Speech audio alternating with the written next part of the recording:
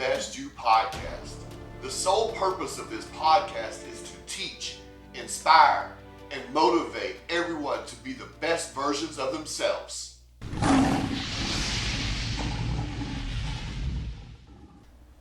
Welcome everyone to the Be the Best You podcast. I'm your host, Larry Dawson. And today I have a great guest. Why don't you introduce yourself and let everybody know who you are? I'm Trey Durr, owner of Durr Capital Group, Durr Construction Company, 85 Oasis Event Space, and San Andreas Luxury Cabinets. So you have your hands in a lot of different things, right? Right. Well, Trey, why don't you tell us a little bit about your backstory and what got you into these businesses and where you're at with those things? So I'm from a small town, McGee, Mississippi, around 3,000 people in it, so very, very small population. Grew up from, I would say, a modest background. My grandmother was a teacher, mother CNA, my daddy drove trucks. So, like I said, modest family. My great grandmother, she was a cleaner also, so more so a maid for different families in Mississippi. After high school, went to McGee High School, graduated from Jackson State University, majored in criminal justice, wanted to be an attorney.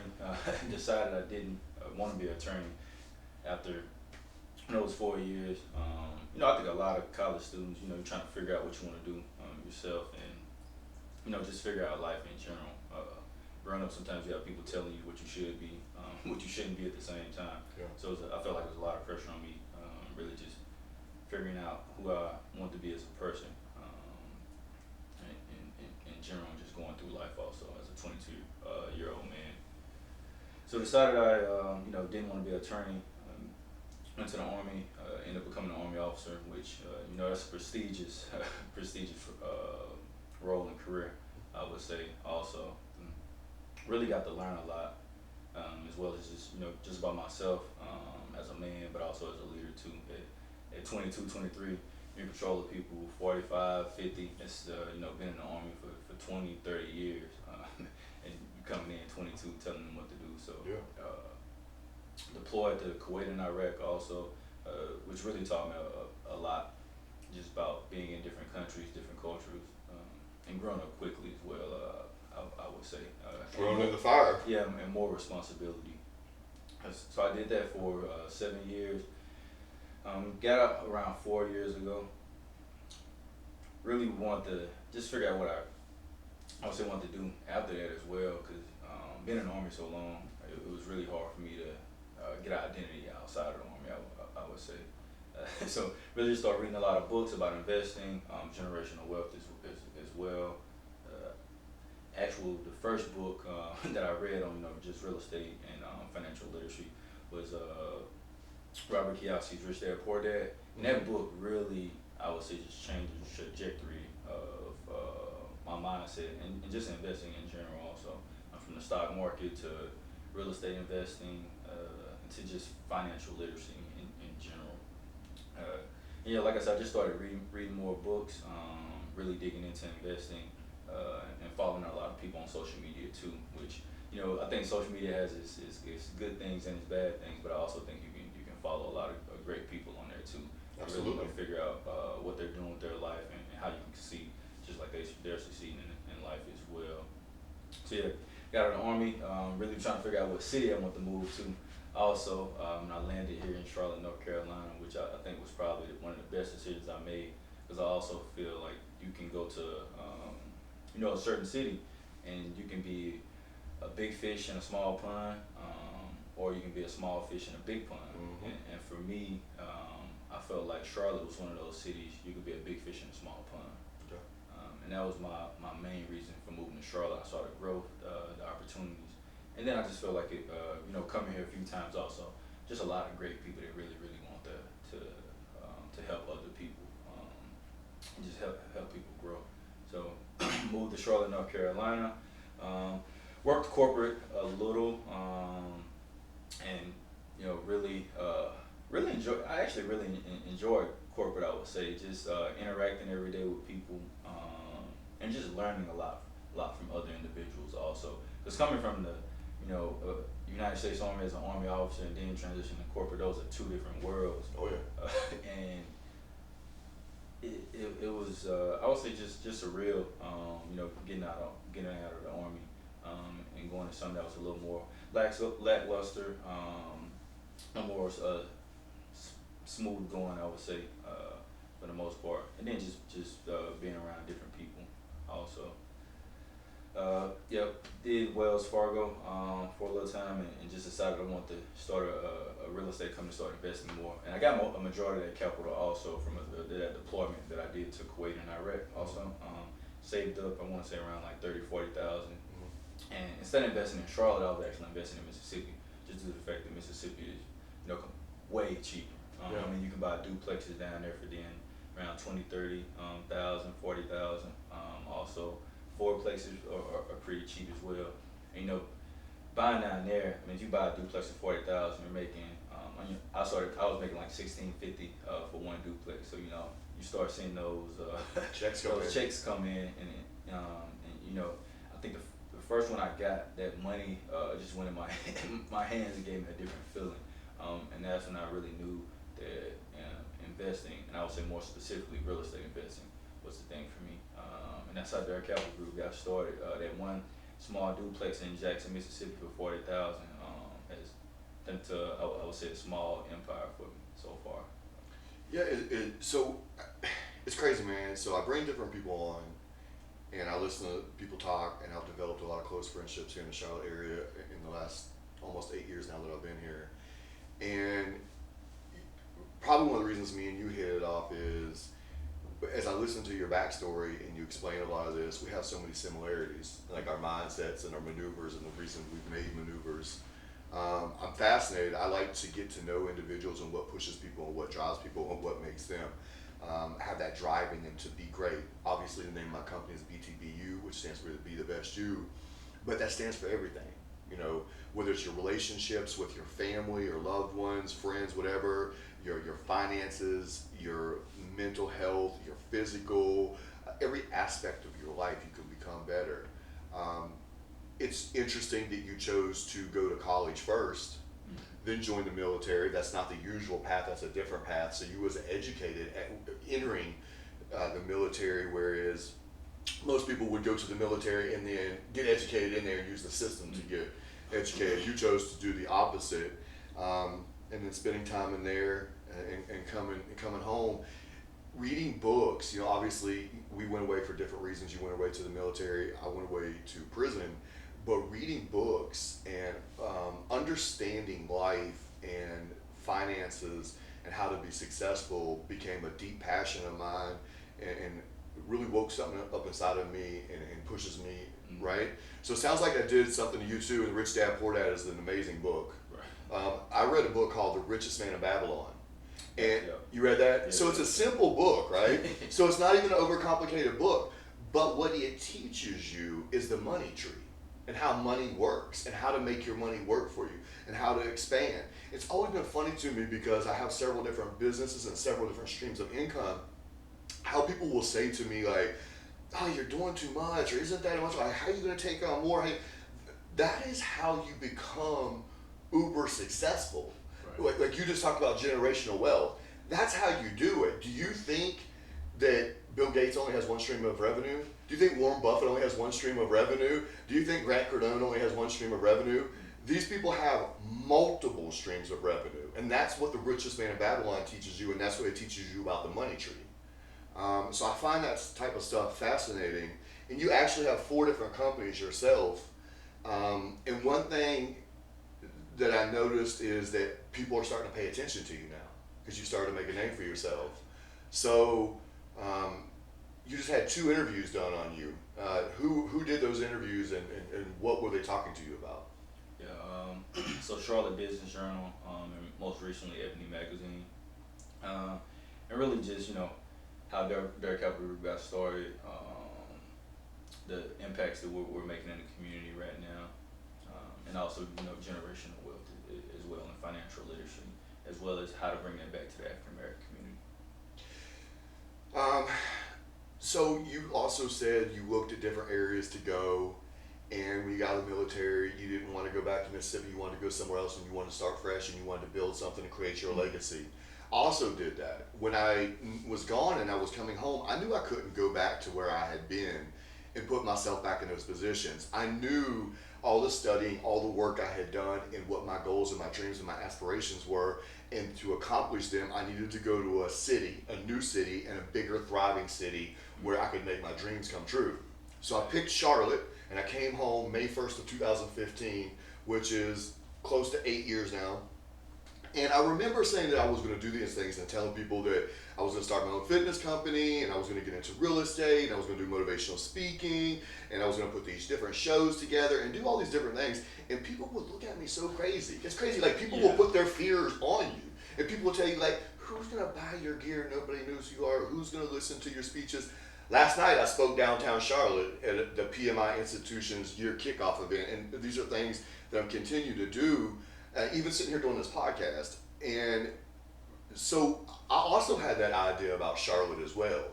But this is the crazy part. This is how people will try to shut you down and shut your dreams down. When I came here, I was telling, some people close to me, I'm going to do this, I'm going to do that. And they were like, man, you're in a big city. Everybody's trying to do that. It's going to be hard for you to break through. But my mindset was actually the opposite. It was more like what you said. I didn't look at Charlotte as like a New York City.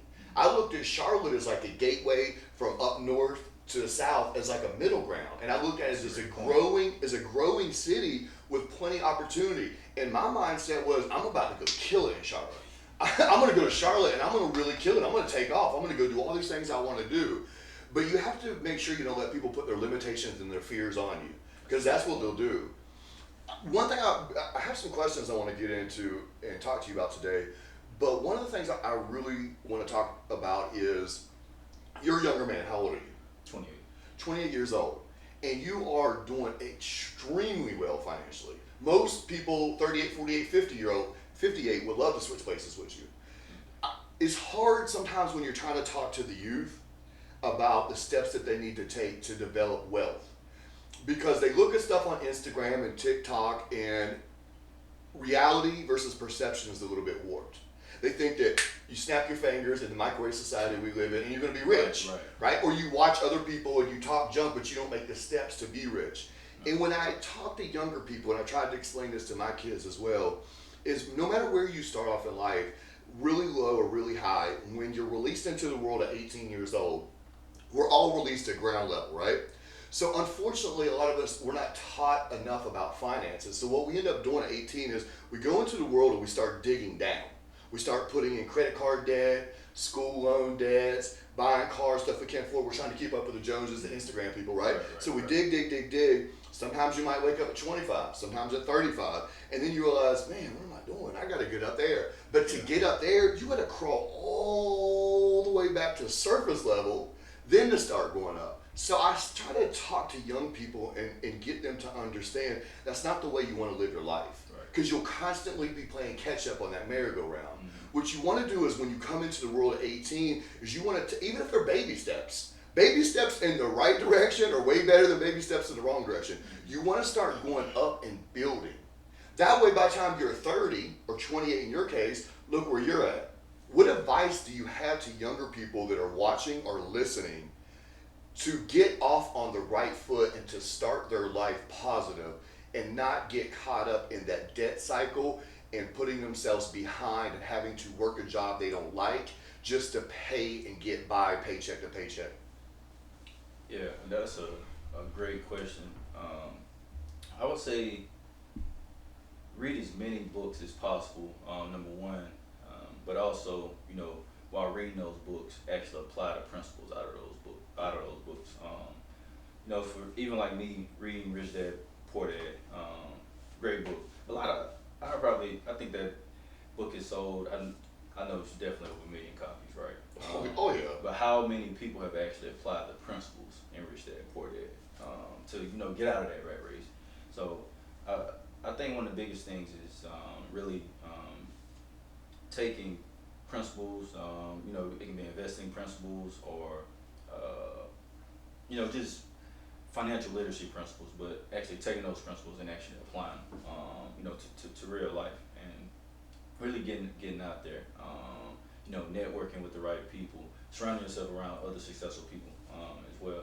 You can't expect to retire at 35, 45 if you're out there partying all the time, hanging with the wrong crowd as well. That's what, like, one of the biggest things right now. I'm teaching my little cousins, and really start thinking on early. What do you want to become in life? What do you really want to do with your life? Would you please tell these young people that they actually have to work? Yeah, you actually have to work. I think I'll never forget. I think I was around like 12 or 13. I'll never forget, and he actually became one of my biggest mentors in my life. Older Caucasian man, Mr. Pat Floyd, actually had a tech company. He was in banking for a few years in Mississippi. I was picking peas one day with my great grandmother at the time. Just out there early. I think it was like maybe 4 or 4:30 in the morning. Super early for a 12, 13-year-old boy. Yeah. So I probably say I had probably a very serious work ethic at a very young age. And I'll never forget, he yelled at me, told me to come talk to him. Just asked me, what I want to be in life, my name, how old I was, and everything. And it really stood out to him that I was, so young out there working 4 a.m. in the morning.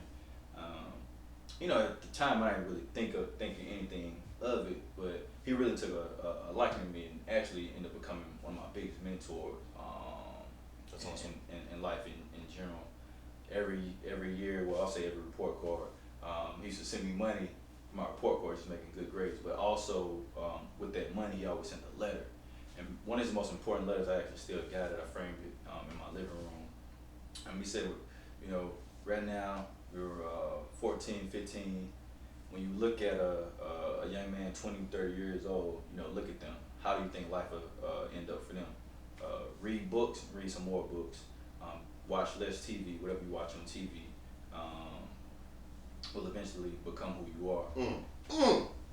And I remember, being 14, 15, reading something like that, it had such a big impact on me because it really got me into reading more. And it's crazy, I stopped reading from, I would probably say from like 18 to 21 because of exactly what I said earlier. You start surrounding yourself with different people. So you can be partying, just in college also, just enjoying life in general. But one of the biggest things he said, look at someone 20, 30 years old and, how do you think they'll end up in life? And that's kind of one of the biggest principles I've taken to date. For a lot of young people that are out there, I would say, look at people who you actually want to become one day. And I would say, for some young people, it's probably hard. They may grow up in a small country little city like I did, and it's very hard, to be who you can't see. But with social media out there, with all these great books that you can read, you can become who you want to be. I think the biggest thing is actually putting in actionable steps to get to where you want to be. I think too many people have the mindset of they want to be something, but they don't want to put in the work to be that. They just want it to happen, which isn't really reality. And if you say that to some people, they'll point out 1 or 2 people to you that did it. Well, those aren't the rules. Those are the exceptions to the rules. Right. You named 2 people. Try naming 200. You can't. Because the real workers, those are the ones that become successful, that are putting the hard work like you've been doing. It's funny you said something about notes.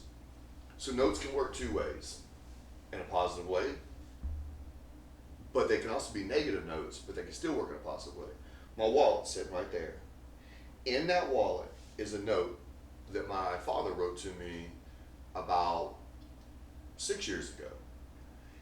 At the time, I had just given up my position as a GM at a gym and was venturing off onto my own, doing some of my own things. And he basically was telling me not to. And was telling me that I should continue down that field and I shouldn't follow my dreams and I shouldn't be doing these things and that basically I wouldn't succeed. And so I kept that note. At first I threw it away and I was like, psst. But I went and got it out of the trash can and I straightened it out. I was like, no, I'm not ever getting rid of this. straightened it out, put it in my wallet, and I've kept it there as a reminder.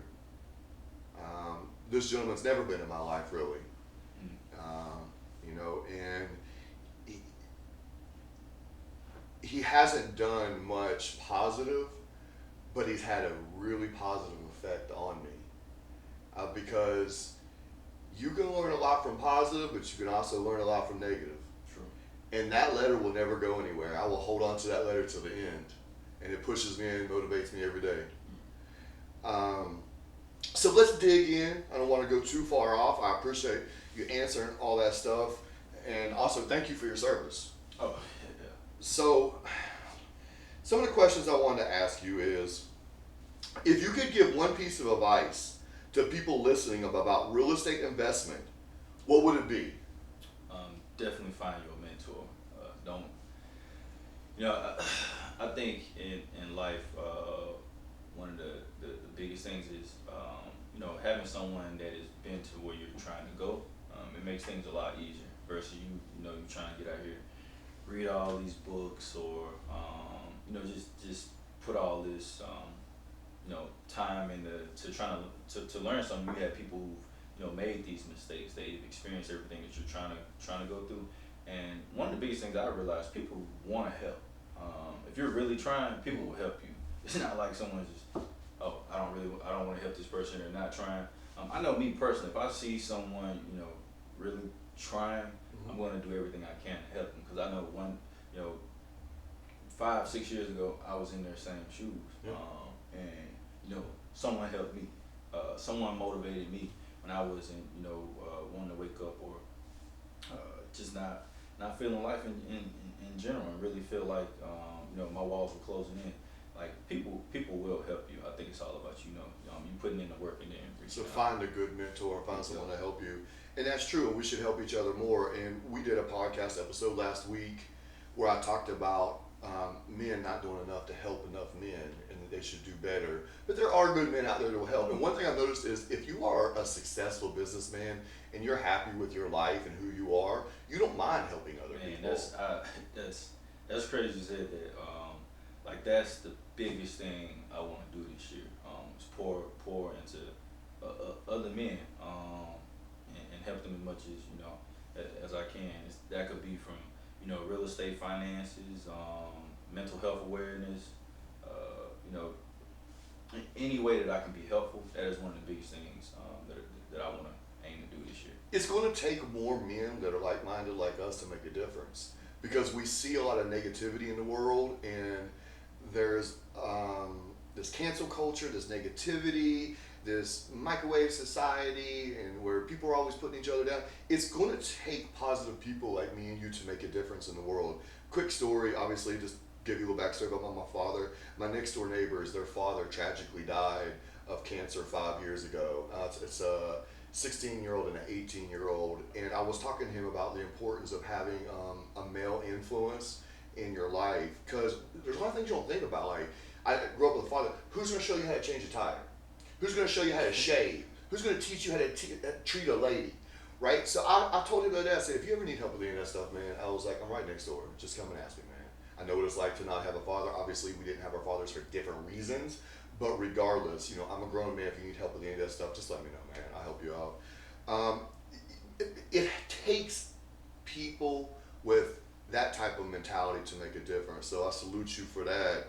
And that's awesome. We should actually link up with some of the stuff I have going on. I'm in the process of developing some workshops where I'm going to have men come into these workshops and help them and teach them how to be men.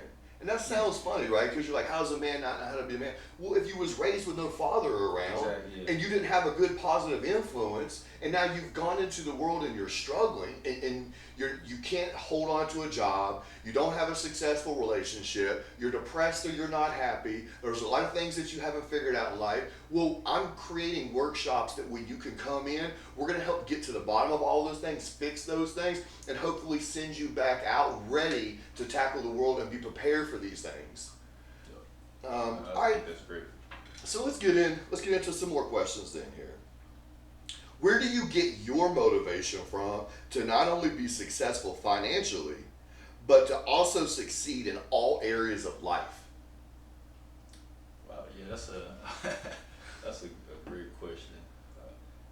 I would say for me, I think we all have a purpose.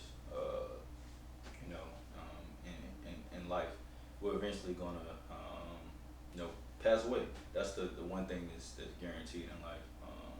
But for me, it's really just having a purpose. You know, waking up and figure out how can I help somebody today, or how can I make somebody's day better. I think money isn't important, but how you treat people is the most important thing. Just even I would say like with the event space now, you know, it's cool. It's cool to make money. It's good to make money. We need to make money in order to you know just live a modest and good life. But you know, being able to give someone you know allow someone to use the event space for free for their baby shower, knowing that they may not have as much funds as they intend to right now, Yeah. because you know we're buying stuff for their baby, you know, preparing for a baby to come, or allowing a nonprofit that's feeding and sheltering the homeless to use it for their gala night. And that's like the highlight of my year that's going to happen in April for us at our event space.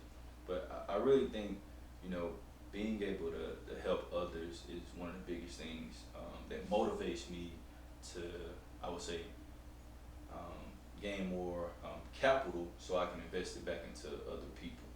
Not just in businesses, but impacting the world in a positive way. That's awesome, man. So, with the event space, what other businesses and stuff do you have as part of that property? Yeah, so we have the event space, a photography and podcast studio, a Greek store, which you know, all Divine Nine at HBCUs like Jackson State University, they come in there and shop. And we also have a shoe store. It's more so of a shoe showroom. Very very beautiful interior.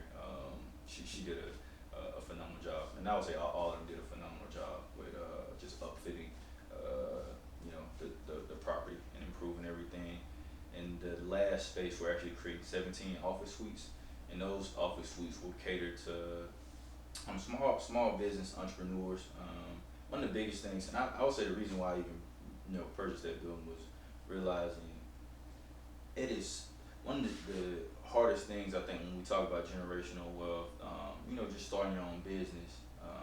From a business standpoint, it's very important to have office space. Even though I know right now everyone is saying, you know, leave office space. You can work from home. For certain businesses, it is actually vital to have office space, because when banks look them up, they want to see an actual business office.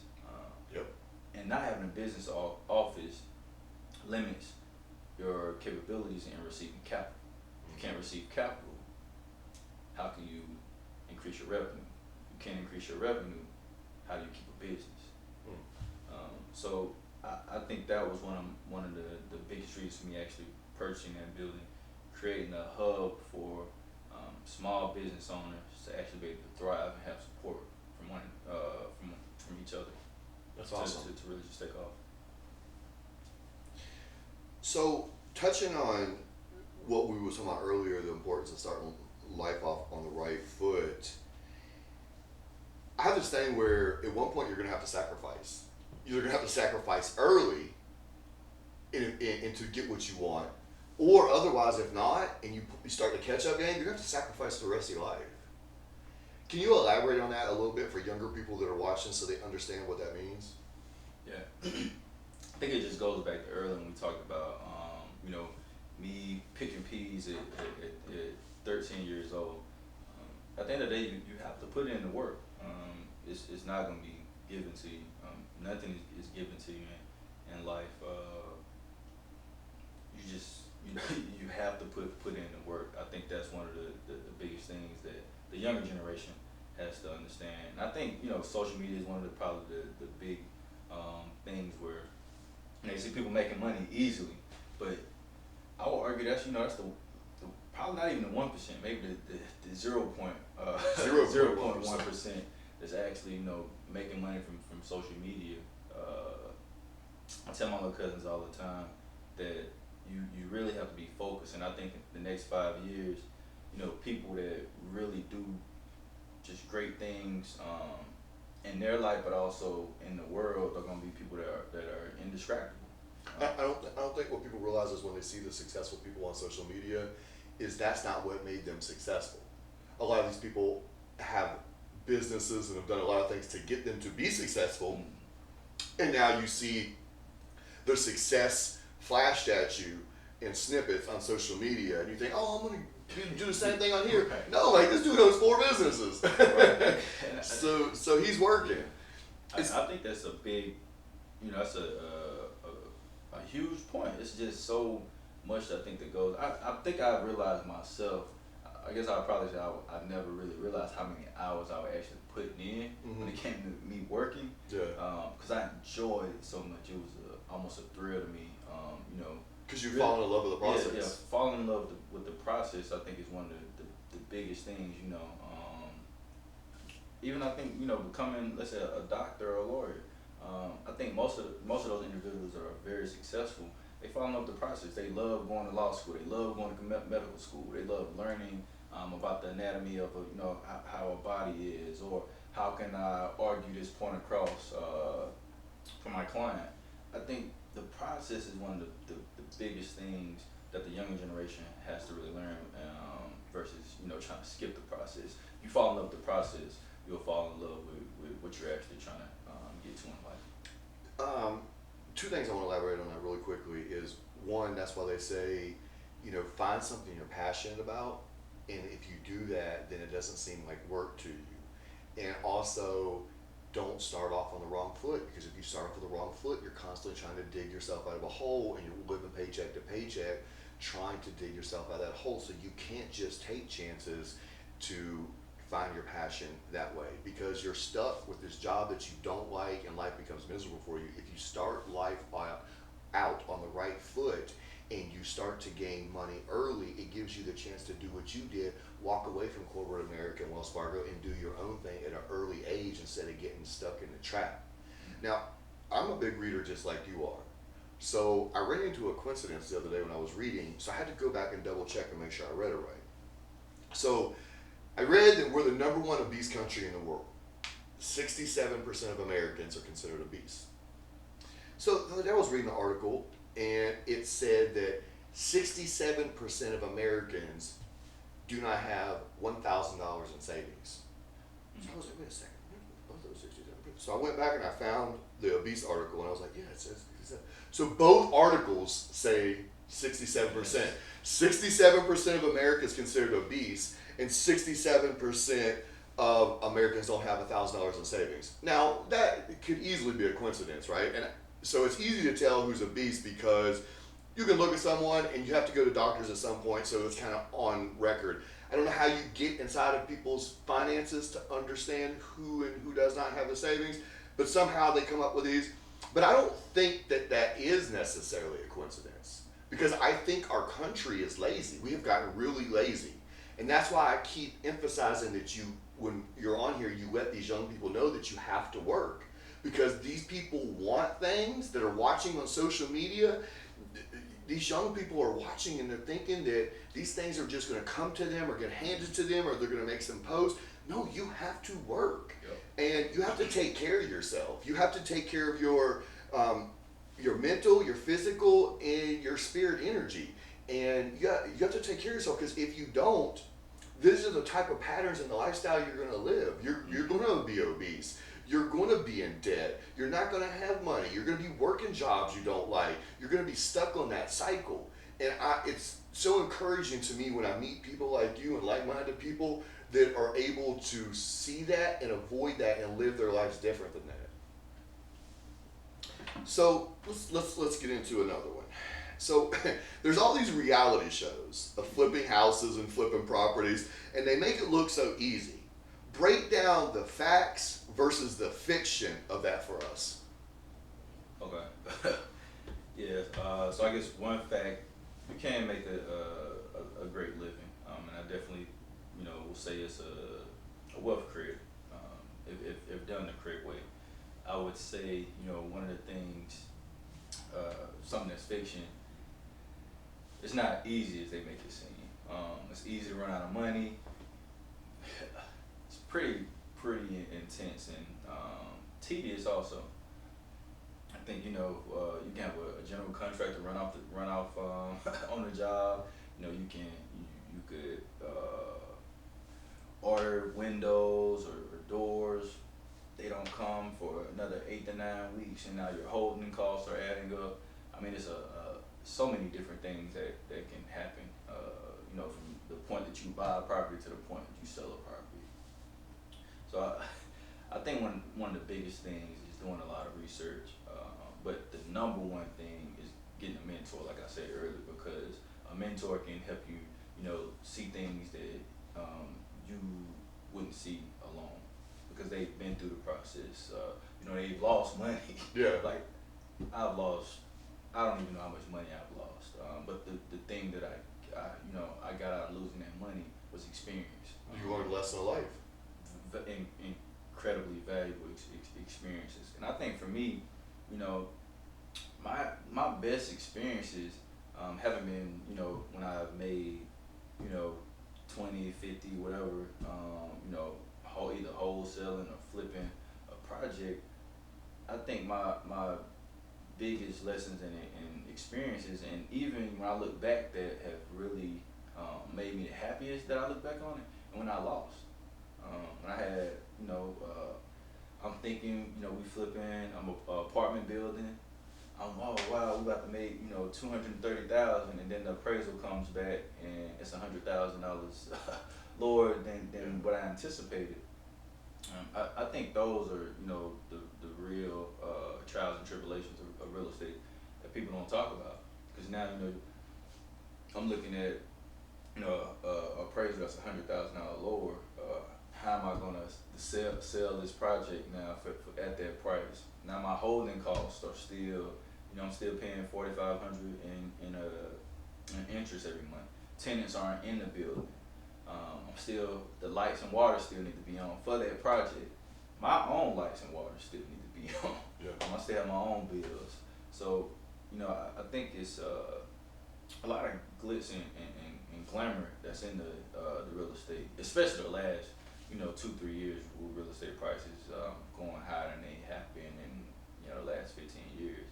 But I think one of the fundamental things remain in real estate is, regardless of markets up or down, the number one thing is to be adaptive in business. So basically, listening to that, I took away the facts is you can make a lot of money. It can be very lucrative. But the fictions is they make it look so easy and without hiccups, and that's not necessarily the case. Where in real life, it can be a lot more serious.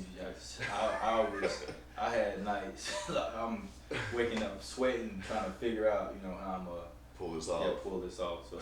And to your credit, man, you've been super successful, and it's a reason why these companies and these newspapers and these publications have reached out to interview, and you're sitting here today because you didn't let those tough times or those losses define you. Because you only ever lose in life when you quit. Because if you take an L, it's just a lesson to teach you to be better, come back stronger. So I respect that and appreciate that about you. So let's dig in here a little bit more and see what we have. So you have a real estate company basically, right? But you also have a construction company, which I find to be very smart because you can use one to build, buy, build, and get ready, and the other to maybe purchase that from yourself, one company to another, and either rent that or flip that. What made you come up with the idea to do that?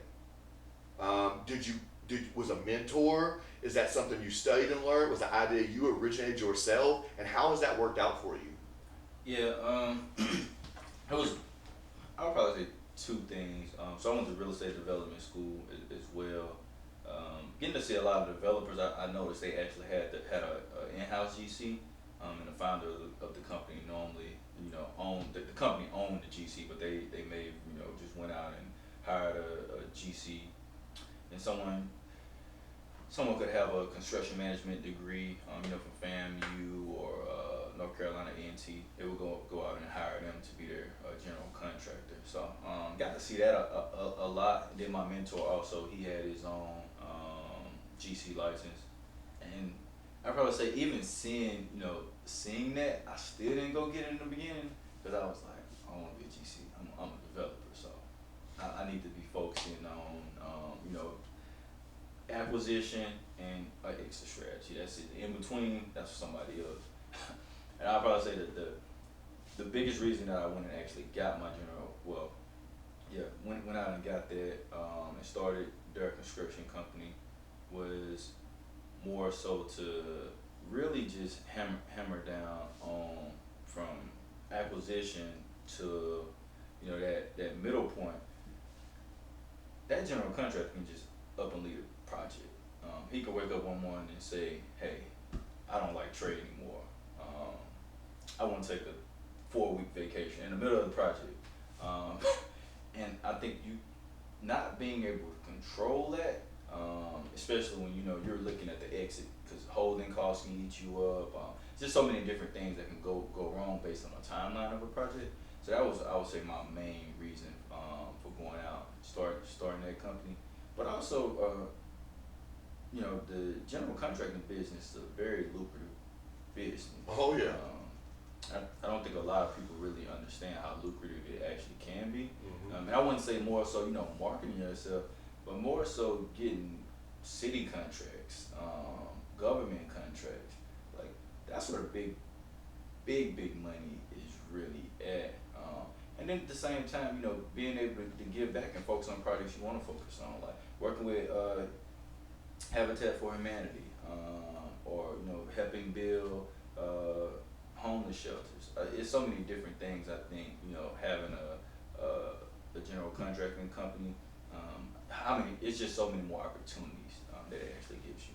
Yeah, I mean, and I guess you depending on these projects to be completed at a certain time and taking an L depending on someone else and using that L, like I said, as a lesson. Don't let it break you or define you or make you quit. I don't understand when people do that. I don't understand that mentality. But using that as a lesson to make you come back stronger and better. Right. Yeah. Because that's how we really become better, man. Mm-hmm. We should always take lessons that happen to us in life and apply them to become better versions of ourselves, because what is the ultimate teacher in life? Life itself, right? So I respect that you use that to come back a better version of yourself, and that you went and got your GC license. That was actually really smart. And how much has that been paying dividends for you? Yeah, I think it's a lot that goes into it too.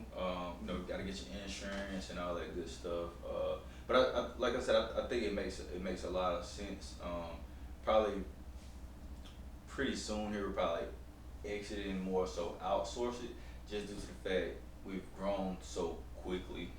I would say really focusing in on it, and our resources are so large now, it's kind of easy to go out and find the right people to help you.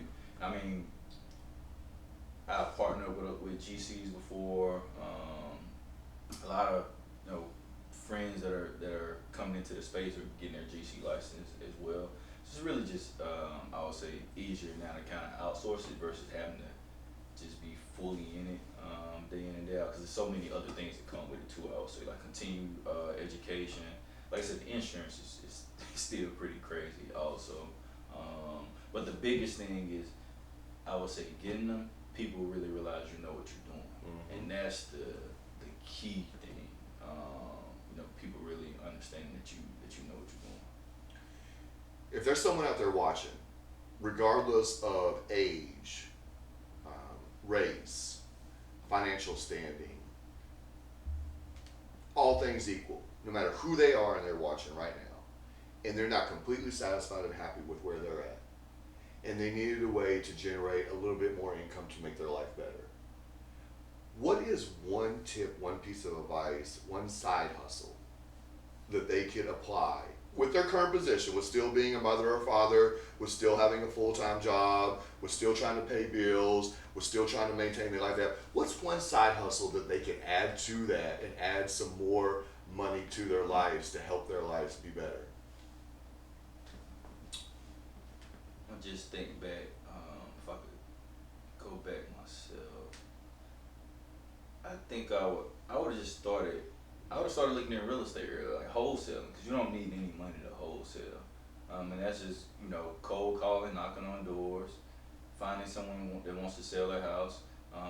That's the A buyer, A seller, and then you connecting them to B, which is the buyer. And big corporations do it all the time. It's like Nike making their shoes in China. They're shipping them from Europe and it gets to America. So people are making money in between that. And then once they get into heavy sports or. But if someone's listening, they don't understand quite how to do that. What explanation would you give? How could they go about doing that? Okay, got it. It's so detailed, but I'll. Let's give them the quick version. Yeah, I'll try to. And then they can dig and do the research on themselves. So wholesaling is you find a property. Normally you want to distressed property, so you can go out there. I would start out by just driving versus putting money into it. There's so many different ways you can actually put money into it. When I say put money, like direct marketing, Facebook ads, or getting a sign and writing on it. We buy houses for cash. That's number one step. So I would get out there, go driving, look for a distressed property. Normally, you want, if a mailbox is full. What else? Landscaping not done. So then let's say someone says, okay, yeah, I'll sell the house. Then what's the next step for them? So after that, you need a contract. I would say, talk to an attorney in whichever state you're actually in, so you can make sure you get the proper contract. The contract specifically needs to be a signable contract, so you can actually take that contract and assign it to someone else. It can't just be like a regular, purchase to buy a contract, just due to the fact that you're gonna not actually be the primary buyer. You're actually gonna assign this contract to someone else, and they're gonna actually buy it. That individual will make all their money by being the middle person and finding that person is gonna actually buy. Basically, almost it's like getting the realtor fee without being a realtor. Really, in essence, that's what it really is. And probably a lot of people probably get mad at me for saying this. In the next few years, I really don't see realtors' jobs being available,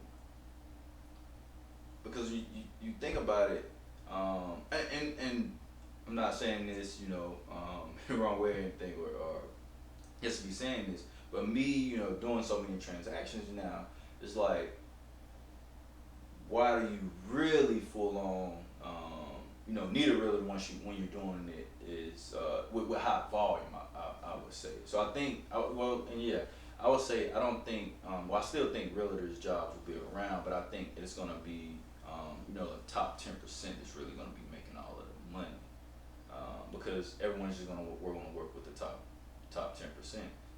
And then I still think it's still a good reason to have realtors too, because a lot of people can be taken advantage of in real estate as well.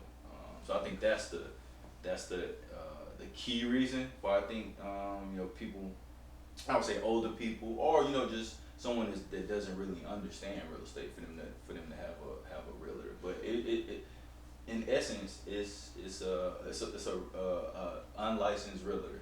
Yeah, so basically you find someone that's willing to sell their property, you get an attorney to draw up a contract, it's going to be an assigned contract because you're going to assign to someone else, and you would write into that maybe you get 2, 3, 4, 5% of the sale or something like that. Yeah, I'm just throwing numbers out there. Yeah. But you would put a stipulation in that so you make sure that you're getting paid because it's in the contract. Yeah. And you find the buyer, and like let's just say the real estate agent, usually buyer agent gets 3%, seller agent gets 3%. So if you put your 3% in there, you would get a 3% kickback from that. Yeah. So that's something you could do on your side time. Mm-hmm. If you did 1 or 2 of those a month, that's several thousands of dollars coming your way that you didn't have coming your way before. Exactly. That's what I said. If I know I started early. I wish I would started at like 13. Because it's like you're almost printing money and it's you're not using any of your money Yeah. at all. And I think one of the biggest things is trying to stay is trying to keep as much cash available as you can, just for opportunities that come out there. Leverage other people's monies. I think it's just it's super important because especially when you're growing a business, there's so many different things happen, come about. So it's important to keep as much dry powder as you can out there. So. Gotcha. So I have one more question for you, man. And this is dealing with what my entire brand is about. But I would like for you to explain this from your perspective to everybody either watching or listening. What are your keys to be successful in life and being the best you?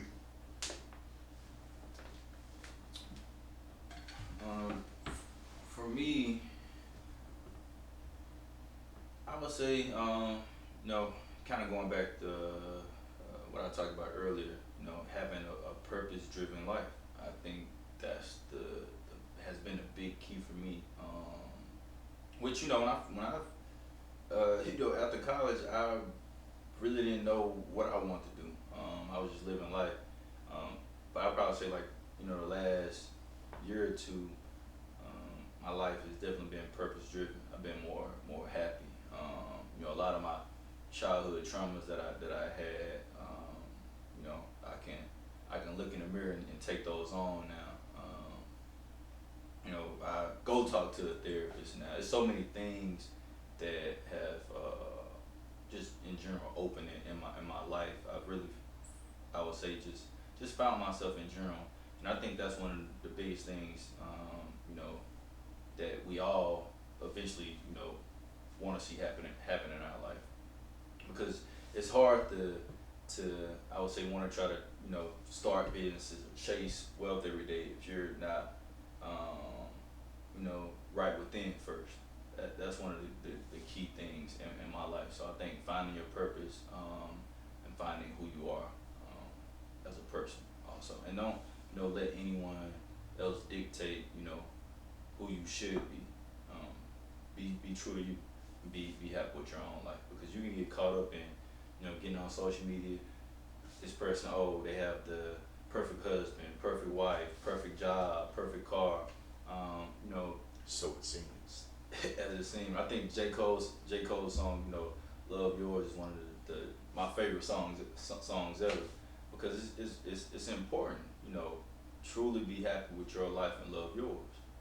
Until you do that, you'll never be happy in life. I think, in my opinion, or you'll never be successful in life, because you're always chasing what someone else has versus what I have. It's crazy, man. I don't think that you could have gave a better answer than that. That's one of the best answers I've ever heard anybody ever give to an answer to answer a question. That was a good book too, The Purpose-Driven Life. You have to have purpose in this world, and if you don't, you're just kind of wandering around. And you have to be happy within. It's crazy that was your answer last night when I was driving uptown to do that speech I was telling you about. Me and my wife were in the car, and I was literally saying some of those exact same things that you just said. And you have to be right within.